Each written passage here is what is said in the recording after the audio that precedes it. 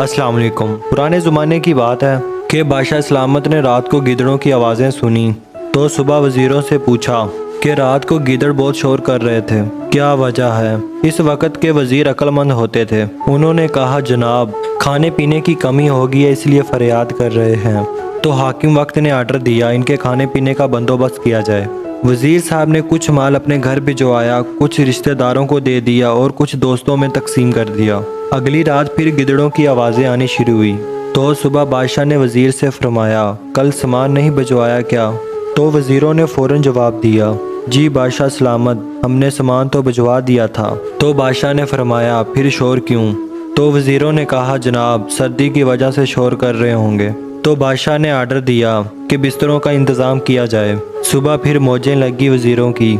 कुछ बिस्तरे इसने अपने घर भिजवाए, कुछ रिश्तेदारों को दिए और कुछ दोस्तों में तकसीम कर दिए।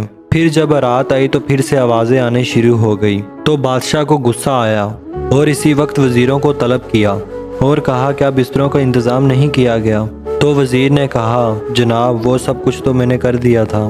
तो बादशाह ने फरमाया कि ये फिर शोर क्यों। वज़ीर ने तो बादशाह को मुतमिन तो करना ही था और ओके की रिपोर्ट भी तो दी थी। तो वो बाहर गया, पता करके आता हूँ। जब वापस आया मुस्कुराहट लबों पर सजाते आया और कहा, बादशाह सलामत ये शोर नहीं कर रहे बल्कि आपका शुक्रिया अदा कर रहे हैं और ये रोज़ाना ही करेंगे। बादशाह सलामत ये सब सुनकर बहुत खुश हुआ और उसे इनाम से भी नवाजा। यही हाल अब हमारे हुक्मरानों का भी है। अवाम महंगाई से परेशान तो है मगर यहाँ रिपोर्ट ओके की ही जारी है। बादशाह सलामत खुश है कि अगले इलेक्शनों में भी इनकी हुकूमत होगी। आखिर में अल्लाह ताला से दुआ है हम सबको और हमारे हुक्मरानों को अपने हिफ्ज़-ओ-अमान में रखे। अल्लाह हाफिज़।